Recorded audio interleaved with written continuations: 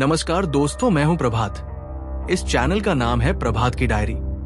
रोज की तरह जैसा कि हमने वादा किया था, ठीक रात 9 बजे आज हम फिर से लेकर आए हैं एक नया हॉरर स्टोरी जिसका नाम है शीशे में कैद। 10 दिसंबर की रात थी।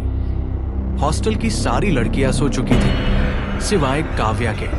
वो अपने कमरे में पढ़ाई कर रही थी, उसी हॉस्टल के कमरे में जहां कभी 5 साल पहले एक लड़की की रहस्यमयी मौत हुई थी। काव्या का गला सूख रहा था। उसने सोचा कॉफी बना ली जाए। जब वो कॉमन हॉल में पहुंची, वहां अजीब सी सन्नाटा पसरा हुआ था।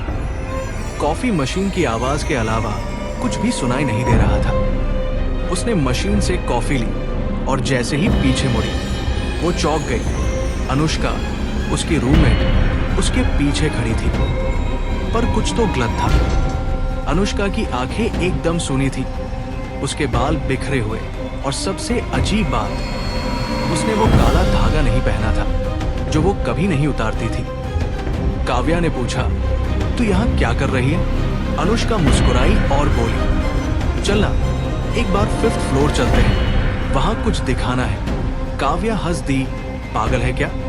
वो तो बंद रहता है। पर अनुष्का ने उसका हाथ पकड़ा और खींचते हुए सीढ़ियों की ओर ले गई। काव्या को हैरानी हुई। सीढ़ियों पर उसकी चप्पल की आवाज तो आ रही थी, पर अनुष्का की नहीं। जब दोनों 5th फ्लोर पहुंचे तो दरवाजा पहले से खुला था। धूल जमी हुई थी, कोहरा अंदर तक घुस आया था। दीवारों पर खरोंचे थी और एक जगह लिखा था, 10 दिसंबर फिर लौटूंगी। काव्या डर से कांपने लगी।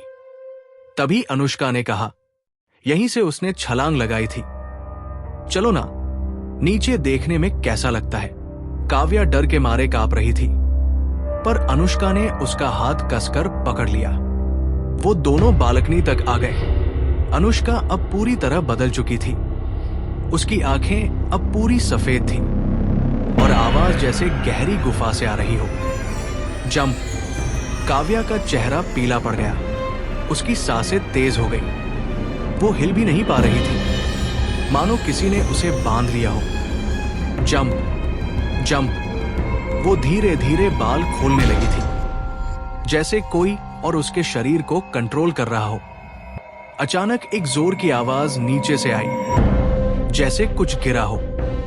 काव्या चौंकी, होश में आई और पूरी ताकत लगाकर अनुष्का को धक्का देकर भागी।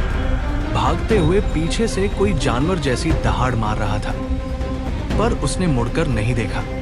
वो अपने कमरे में पहुंची और दरवाजा बंद किया। जब उसने मुड़कर देखा, अनुष्का अपने बिस्तर पर चैन से सो रही थी, उसी करवट में जिसमें वो उसे छोड़ कर आई थी।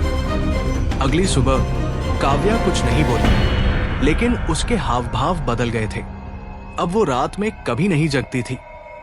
अनुष्का ने कई बार पूछा, उस रात क्या हुआ था, लेकिन कोई जवाब नहीं मिला। एक हफ्ते बाद काव्या ने सब कुछ बताया। अनुष्का चुप रही और फिर धीरे से बोली, मुझे तो ये पहले ही शक था। उस लड़की की आत्मा अब भी यहाँ है, और तब से वो दोनों कभी शीशे के सामने अकेले नहीं खड़े होते, क्योंकि काव्या को अब भी डर है कि कोई अब भी उसकी परछाई में छिपा है।